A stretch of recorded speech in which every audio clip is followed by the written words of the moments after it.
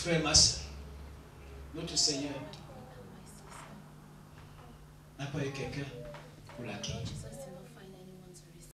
Et voilà la bénédiction qui devait découler de cet accueil et passer à côté. Mais comme la Bible nous dit que si nous nous repentons, il nous donnera une autre opportunité. Et aujourd'hui, le Seigneur nous dit, n'oubliez pas d'exercer l'hospitalité. Bien aimés, si nous allons encore voir les avantages de l'hospitalité, nous pouvons aller dans Exode chapitre 2. Exode chapitre 2. Exode chapitre 2. Oh, que le Dieu soit glorifié. Que son nom soit béni, que son nom soit exalté au milieu de nous. Parce qu'il nous donne toujours des exemples. Il a toujours des modèles. Exode chapitre 2. Nous allons commencer au verset 17. Mais les bergers arrivèrent et les chassèrent. Alors Moïse se leva, les défendit et fit boire leur troupeau. Quand il fut de retour auprès de Reuel, leur père, il dit, pourquoi revenez-vous si tôt aujourd'hui? Il répondit, un Égyptien nous a délivré de la main des bergers et il a même puisé de l'eau pour nous. Et il a fait boire le troupeau.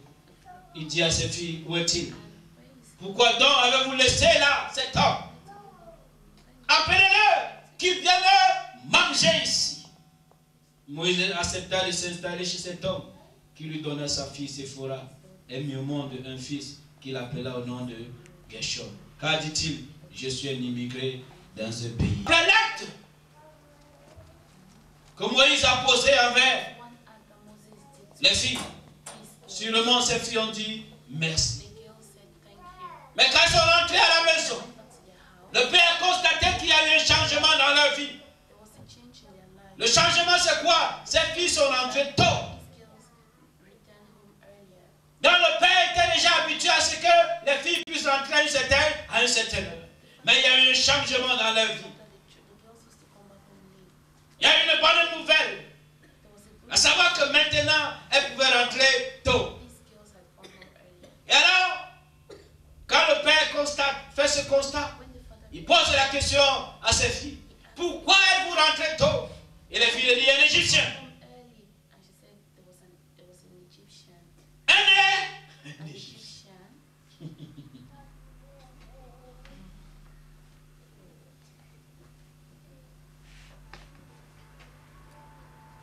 Nous a délivrés de la main des Égyptiens. Non. Elles n'ont même pas demandé même son nom. Maintenant, le libérateur, on ne connaît même pas son nom. On connaît seulement son pays. Alors qu'il n'était même pas égyptien. Sûrement parce qu'on l'a vu, la manière où il s'habille, Voilà la récompense. Elle ne connaissait même pas son nom. Alors que la moindre des choses, elle demandait que, papa, tu t'appelles même comment? Quel est ton nom? Même cette question-là, elles n'ont même pas demandé.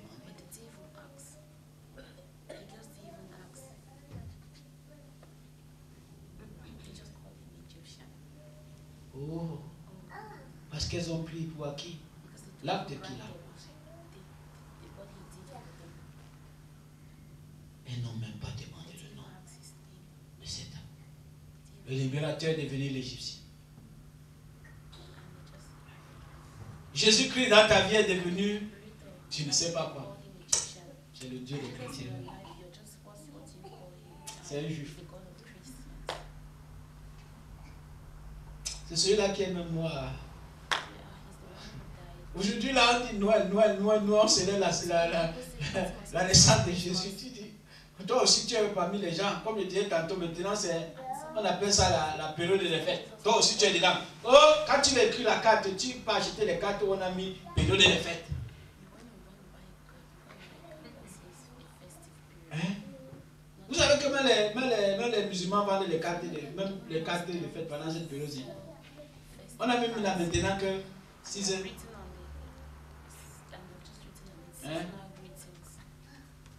Thank you very much. Merci. Appelons les faits. Nous aussi, on achète. Ça veut dire qu'on a perdu cette émotion qui est Jésus dans notre vie. Est-ce que Jésus, le libérateur, celui-là qui nous a libérés du péché, celui-là qui nous a pris de la mort à la vie, est-ce qu'il a encore un nom dans notre vie? Ou bien on lui a donné maintenant un autre nom? Pour connaître le nom de Moïse, il faut lui poser des questions. Pour qu'il se révèle à eux, pour qu'il leur réponde. Aujourd'hui, on n'a même plus cette relation personnelle avec Jésus-Christ. Quand on nous parle de Jésus, on ne sait même plus de qui on parle. On ne sait plus de qui on parle. Pourquoi? Parce qu'on n'entretient pas cette relation avec lui. Bien aimé dans le Seigneur, quand les enfants sont rentrés, quand les filles sont rentrées, le père a dit, pourquoi l'avez-vous laissé là-bas? Appelez-le pour qu'il vienne manger avec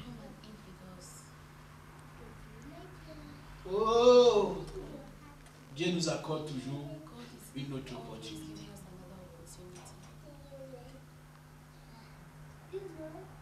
Quand ils sont rentrés, ils ont retrouvé l'homme.